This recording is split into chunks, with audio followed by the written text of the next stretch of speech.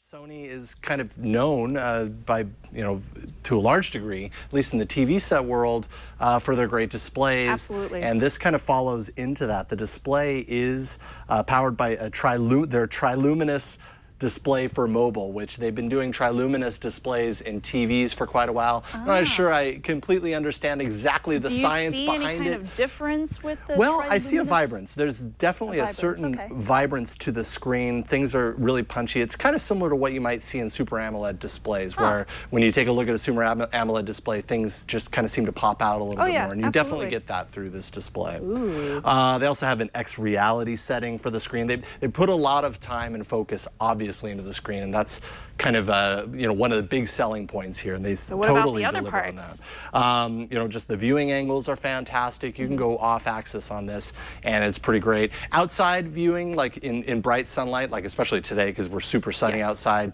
it's pretty good if you ramp it all the way up, but of course that comes at the cost of battery, so keep that in mind. But yeah, I mean, the screen's fantastic. My only complaint really is, and I don't know if this is the screen technology or what it is, but touch responsiveness. There were a lot of times where if I tap at what I'm used to tapping on my phone, or the pressure that I tap on my tablets at home, sometimes it just wouldn't register the tap. And I'm not sure if it's me or if it's the tablet, but it happened regularly throughout the course of the week. Haven't seen any other reviewers really point that out. So it could be just me. And of course, now that I'm trying to replicate it, I can't. So of course, maybe it's not a big deal. The big selling point here, I reviewed the Z1 tablet last year, and again, it's very similar in the sense that it's super thin and light. I mean, this thing is ridiculously thin and light. 6.4 millimeters thick. That's 0.5 millimeters thinner than the Z1. And the Z1 was pretty darn thin as well. Here you go. Wow. I was expecting it to be heavier, but it's just it's almost like a stack of paper. Throw it like a frisbee. It's almost like you're carrying around a tiny little stack. It weighs less than paper. my couponing binder. There you go. See, and that's pretty light. Yeah, it's very light. But yeah, so obviously it has that going for it. It's IP58, IP58, which is dust and water resistant. So as a result, you have to kind of be okay with the fact that some of these ports are closed. They're covered. They're covered. Which isn't my favorite thing in the world. Having said that, I don't mind it, but I have nails. Right, okay, so nails definitely help, and they have a little bit of a notch in there so you can get under it. It kind of sucks when you want to plug something in really quick and you can't because the port cover's on it. But that's your trade-off, right? That's what makes it water resistant. We'll dunk it here in a second when I'm done talking about it. But so I like the design. They moved the speakers to the front. Oh, actually, I have it upside down here. They moved the speakers down here to the front, these tiny little notches. On the previous model, you'd cover the speaker with your palm. Now it kind of faces forward, which is a little bit better. Good. Let's see here. IR blaster on the top, so you can work it. I mean, you can pretty much work this with almost anything that has a remote. It can learn if it isn't stored in their own database, and I'm telling you, there's a ton. Like, just pulling up our Samsung TVs has like 75 different remote configurations stored in there. So finding the right one was difficult. Right. But even if you couldn't, you could learn your own, and it makes a good kind of living room companion for that regard. Performance was fantastic. This is a quad-core 2.3 gigahertz Snapdragon 801. So that's a great processor there. 16 gigs of internal storage on this device. You can also get 32 gigs. Not bad. 32 gig is $600. 16 gig is $500 basically. Okay. So, and then you do have your micro SD card if you want to go up to 64 additional gigs.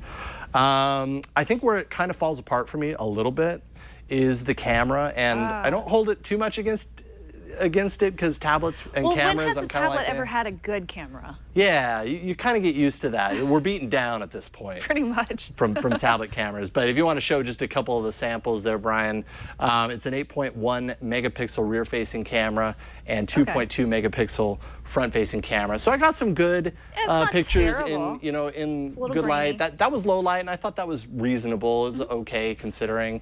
But you just see most of the pictures that I took. That's in the studio, so it's That's nice in and the bright. studio. Very nice lighting, very washed out. This was outside, not very It almost good. looks like somebody had smudged the and camera I checked, I made sure. It has some software features like background blurring. Here you can see it didn't take so well. On the next one, It actually worked pretty well. I had to be super close to that object with the tablet in order to do it. It was almost more trouble than it was worth. You know, other things like mirror effect, which as you can see, it didn't focus very well. Panorama, this didn't actually turn around on the TriCaster. That's okay, it's scaling it. And yeah, there you go, front-facing camera.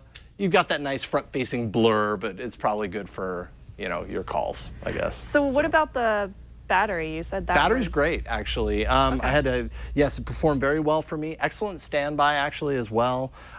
They do include stamina mode. You know, they have some of their software features. Stamina mode, which disables Wi-Fi and mobile when the screen is off. And then you actually have a list that you can manage with exceptions to that. Okay. So you can kind of say, no, these apps are still updating in the background. That's cool. Also has a low battery mode that allows you to customize the ways that the tablet saves battery when it's below 20%. Nice video you got there, by the way. There we go. Nice video you got there. Now, what software are we using? It's Android? It is. It's 4.4.2 KitKat. It's skinned, but you know, I'd say more than anything, it's lightly skinned. It's, you know, if you are true to KitKat, you know, Google's version of KitKat, you're going to see a little bit of the difference. But for the most part, I felt like it didn't get in the way. You know what I mean? That touch here thing up at the top is driving me nuts. I don't know about you, but oh, for some reason I blocked it out. Anyone I've showed it to, though, that's the first thing they did is touch that, and of course, yeah, it takes you through to Sony's built-in stuff. I kind of want to see you. So you want to see it in the dunk tank? I do, yeah. We might as well. We don't get a chance to drown our technology. It's really fun to put things in water. So here we go. 3, 2, 1, and yay! Oh. And it's in there, it's still, oh no, it's flickering. No, it's not, it's fine. So it still works. Yeah, it's still, I hope it still And then works. it dies. And there we go. I do know, you know, it's touch resistant, not, water resistant, not waterproof. Yeah. So it's probably not gonna work that well when there's water on the screen. It's gonna register as touches, but there you go. But you can accidentally drop it in your gigantic toilet and you can take it to the beach. You can take a bath with it if that's your thing. You'll be okay. You'll be okay. What are your pros and cons? Pros, obviously the display is fantastic. It's thin and light. That's kind of its thing. Performs alongside the best tablets. I mean, the performance was fantastic. Gaming and all that, very good. And then of course, resistant to water and dust, as I just showed off. Cons, I would say I have to mention touch sensitivity because for me it kept popping up, but it might not be a deal breaker, and it might just be this device, to be honest. And then camera, there's no denying that the camera is not that great for a tablet, but all in all, I'd say unless the camera on a tablet is really important to you, I'd say it's a buy. It's an expensive tablet at $500 to start, but you know, it's a high-end tablet, and I think it performs well enough to sit in that category. You're paying for the Sony brand there. Yeah, totally. At that point. Well, thank you, Jason.